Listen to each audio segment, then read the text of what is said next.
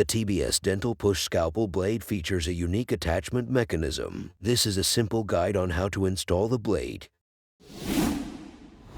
Step 1. Hold the scalpel handle like a pen and rotate the handle about the long axis until you see this angled piece. Step 2.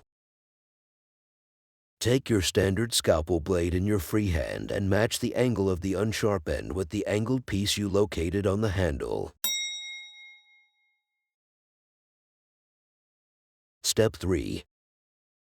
Align the opening of the blade with the tip of the handle, ensuring the notched end is closest to you. Start with the blade on a slight angle like so.